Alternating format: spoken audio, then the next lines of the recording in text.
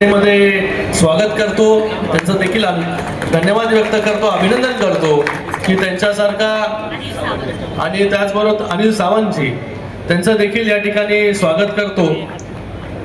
त्यांच्या येण्याने शिवसेनेला जे आहे बळकटी मिळालेली आहे आणि त्याचबरोबर ज्योतिताई वाघमारे या देखील शिवसेनेच्या एक तळागाळातील कार्यकर्ता आणि त्या देखील आपल्या सोलापूरच्याच आहेत। शिवसेना नेहमी सर्वसामान्य कार्यकर्त्याला न्याय कशा प्रकारे देते त्याचं मूर्तिमंत उदाहरण जे आहे ज्योतिताई वाघमारे आहे। शिंदे साहेबांचं लक्ष जे आहे प्रत्येक कार्यकर्त्यावरती आहे, म्हणूनच आज ही बैठक जी आपण घेतोय कार्यकर्त्याबरोबर संवाद साधतोय।